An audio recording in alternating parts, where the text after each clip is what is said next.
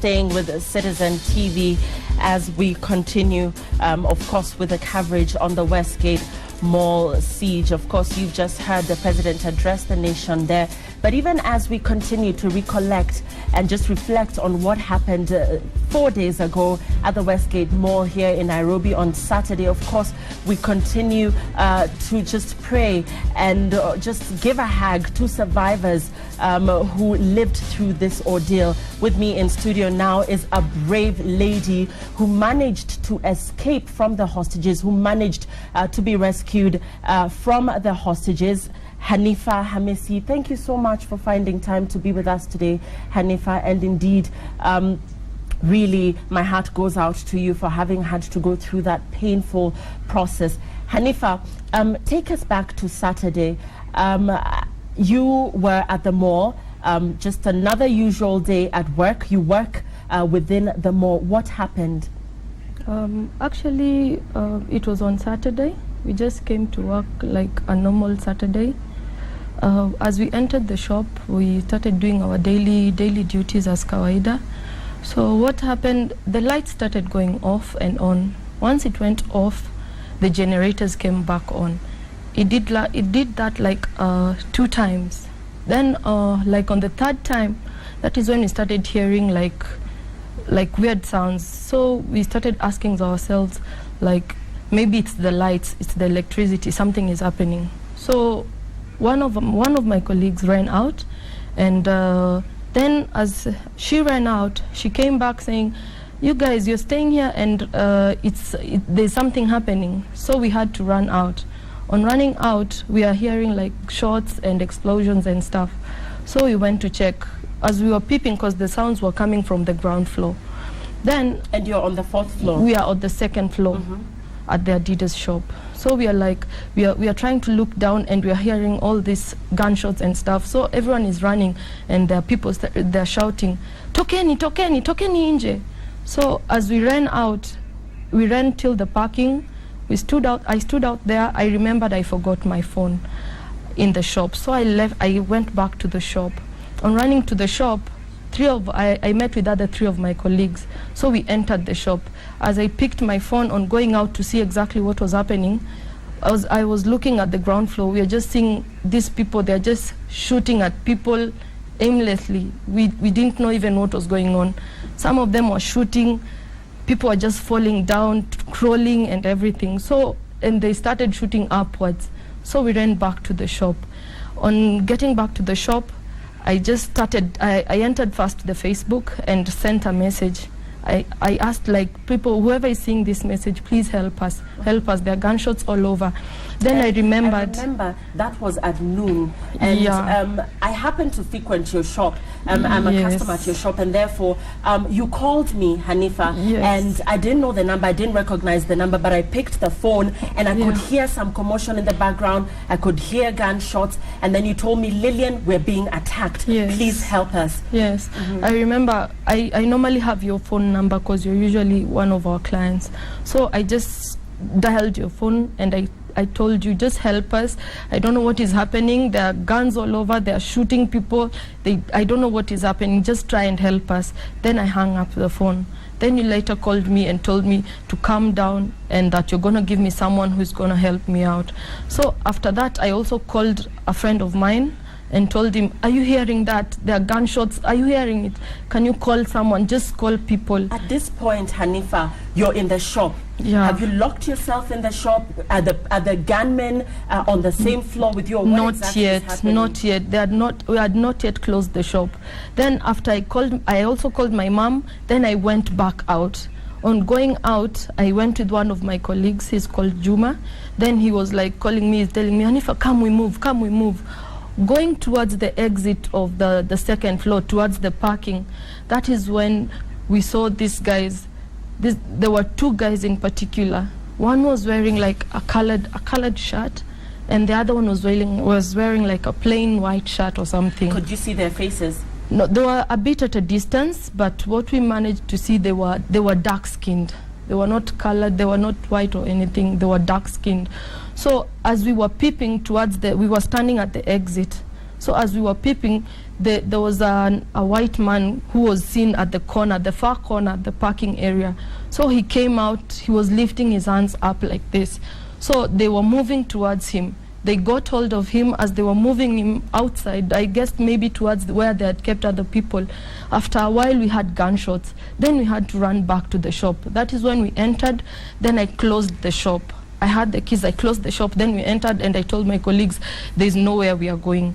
They are coming from ground floor, they're coming up, and there are others at the parking. At this time, were there clients in your shop? How many of you were in your shop? I was me and 3 of my colleagues, male colleagues. So we entered the shop, we locked ourselves inside, and we switched off the lights. So we had to stay inside. There were at times they came towards the shop, they shot at our windows, and they moved in. So we had to run. There was a point we had to run and go where we normally keep our shoes. We got up, we went and hid ourselves on the ceiling. It even reached a point, one of the ceilings, it broke. So we had to come down and like stay down there, because we were thinking that maybe they had us and maybe they might come inside the shop. At this point, are you seeing dead bodies around you? And what is going on? I mean, in your head, what are you feeling? Of course, you're very frightened. Yeah, at that time, the time that we went out, when we saw them taking the one English guy, when they had taken him, they had already shot other people outside there. They had already at the parking there were other people who had been shot already. That is what made us go back, because we thought that maybe they might have seen us. Because after a while, that is when they came back and entered the mall. So we had to hide ourselves inside there.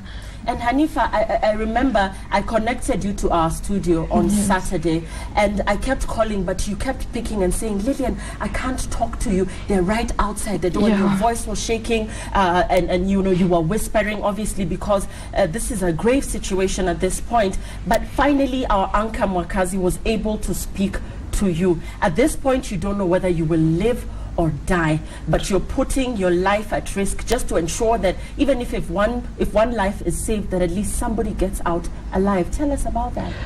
At that time, there's someone who called me. I wasn't sure who it was, but they were telling me, you're live on air and tell us the situation. So I was telling them that these guys, they just came into the mall and started shooting everyone. They don't care whether it's women, men, children, they don't care.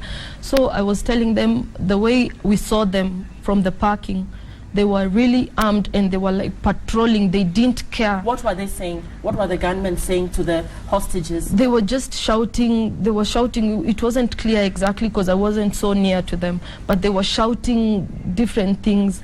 So they were just like patrolling and holding their big guns, and they didn't really care. So we just had to go back and hide. So I was like telling them, just help us. We can't go out. At that time, it reached a point, the gunshots were right at our door, right there. They were shooting, and like you were hearing like soil, it's like falling down from the shop. But you didn't scream, you stayed We quiet. didn't scream, we didn't do anything. We were there with our colleagues. As there was a point I had to switch off my phone because one of my colleagues was so scared. He told me, Hanifa, utatupeana. So it's like they were saying they will hear me as I was talking to you. So they were saying just send them a text and tell them what is going on. The rescue, Hanifa, yes. People probably asking, you're in this grave situation, the gunmen are right at the door. At what point did you get rescued? How long were you stuck in that situation? And finally, when did you get out? It reached a point when there was a bit of silence. Then we decided, let's go and check what is happening, because maybe we had some sirens. So we thought that maybe the cops have come. So me and my colleague, the Juma guy, I told him, let's go and check what is going on. Maybe the cops are there. I used one of, on our windows, it normally reflected with where we normally put our shoes. So we were checking. Then what happened, I saw a journalist. He was carrying a camera. He passed running. Then after a while, I saw, like, I wasn't sure if it was the cops or not, because they were, I think the British, they had like the bulletproof, yeah. I saw them passing, like 3 of them, they had passed. So one of them, they were like hiding on one of the corners of the shop floor there at the windows. So as I was moving towards the door, I went to peep at the door. Then one of them saw me. As he saw me, he told me, shh. Then I just nodded my head. Then I came back.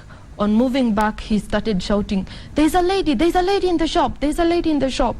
Then after a while, one of the glass windows that had been shot, they just hit it and it broke. That is when they came in. As they came in, they started shouting, who is here, who is in, who is in? Come out, come out. Then I shouted, I'm here. As I walked out, they asked me, are you alone? I said, no, I'm with 3 of my colleagues. Call them out, call them out. I started calling them. I called Morris, Juma, Eric, tokeni. Ni masanse wamekam, tokeni. So at first they refused. I had to go back inside in our fitting rooms and call them out and told them, come out, they've come to rescue us, come out. That is when they came out. That is when the cops, they came. They told us put up our hands and everything is going to be okay. They did a search on us, and as we were walking out, we then again had some shots. We ran back inside. So they told us, don't worry, you're going to be okay, you're going to be okay. Then they started saying, we're bringing out 4 civilians. Cover us from the rooftop. So they took us out, and at the exit there, one of them told us, just run, don't look back, don't look anywhere, just go straight where the other policemen were. So as we were running towards them, on reaching where there's a place where there was a star jump for kids. On reaching there, as I was running there, I'm just seeing bodies, I'm seeing people lying down until when I reached where the tent was, and that is when I also saw more bodies. I reached there. There was one cop, there was a policeman who was a bit big. He was wearing a checked shirt. He called me, we stood there, he did a search on us, then he told us to enter the ambulance. We got into the ambulance, we were taken to MP Shah. They looked at us, they checked us, and told us if you're good, then everything is well. That is when we came out. Thank you so much for sharing your story with us, Hanifa. This, of course, a time for you to heal and indeed to just get past this traumatic experience. You are undergoing counseling as we speak. You are a survivor of this terrible incident. What have you drawn out of this experience? The Hanifa today, what can you tell us about what this experience has taught you, just how precious life is, and going forward? I know you are mourning the loss of lives that you saw around you, but as we finish up, Hanifa, what can you tell us? I'm so grateful. I'm so grateful to the police, to the police who came and saved us. It's sad that so many lives had to be lost, innocent lives, children. It's just so painful. But I thank God. I appreciate life even now more than ever, because you never know. Such a situation can happen to anyone. And it's just so painful, but I just thank the Lord that I'm safe. I'm not hurt or anything. Though one of our colleagues, my workmate, Esther, she was shot, but she's recuperating right now. She's doing good. I talked to her on the phone, and she's just happy that she's alive.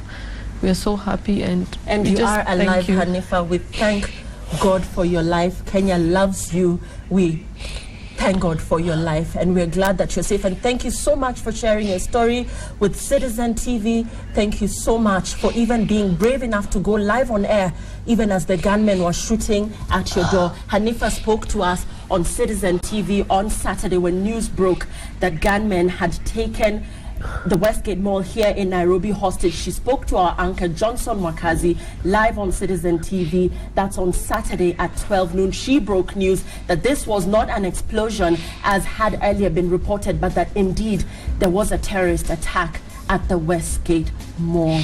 This here, the story of a survivor at the Westgate Mall siege. She is a strong lady. We thank God for her life. And indeed, Hanifa, even as counseling continues, we pray that you will be able to recover from this ordeal. Thank you so much for your time. Stay with Citizen TV. We continue, of course, with this coverage on the Westgate Mall siege, even as the president just addressed the nation, saying that the country would go into 3 days of mourning starting tomorrow. Stay with Citizen TV.